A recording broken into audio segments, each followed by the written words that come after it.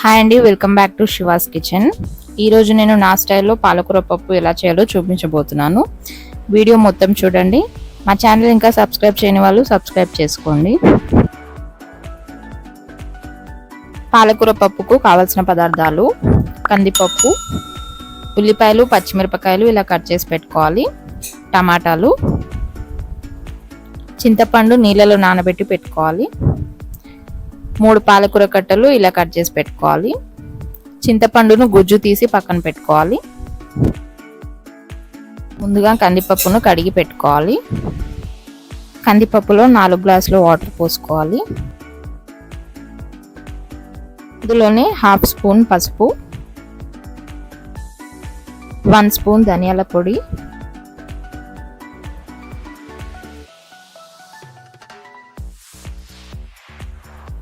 2 spoons కారం,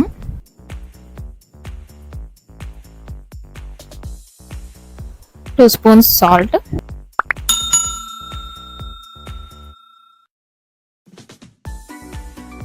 ఉల్లిపాయలు, పచ్చిమిరపకాయలు, కట్ చేసి పెట్టుకున్న టమాటా ముక్కలు,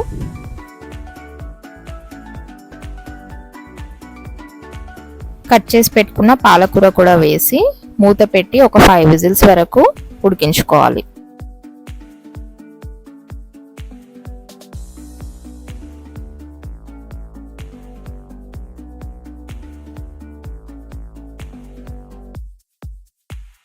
ఫైవ్ విజిల్స్ తర్వాత మూత తీసి ఒకసారి కలుపుకోవాలి.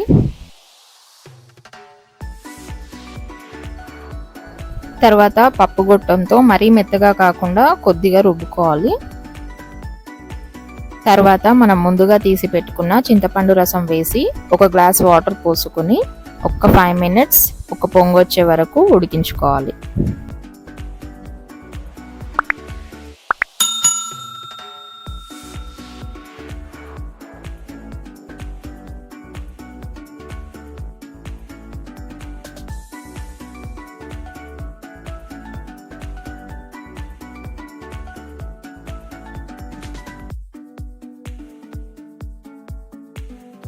తాలింపు కోసం వేరే ప్యాన్ తీసుకొని 1 టేబుల్ స్పూన్ ఆయిల్ వేసుకొని వేడి చేసుకోవాలి.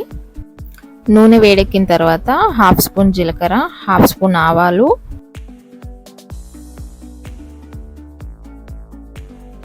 కొద్దిగా కరివేపాకు, ఒక 5 వెల్లుల్లి రెబ్బలు, 2 ఎండుమిర్చి వేసి వేయించుకోవాలి.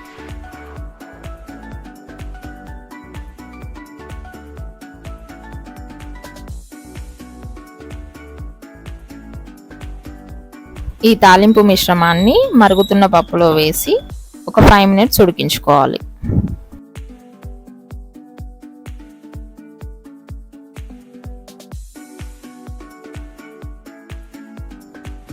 ఫైవ్ మినిట్స్ తర్వాత స్టవ్ ఆఫ్ చేసి సర్వింగ్ బౌల్లో సర్వ్ చేసుకోండి.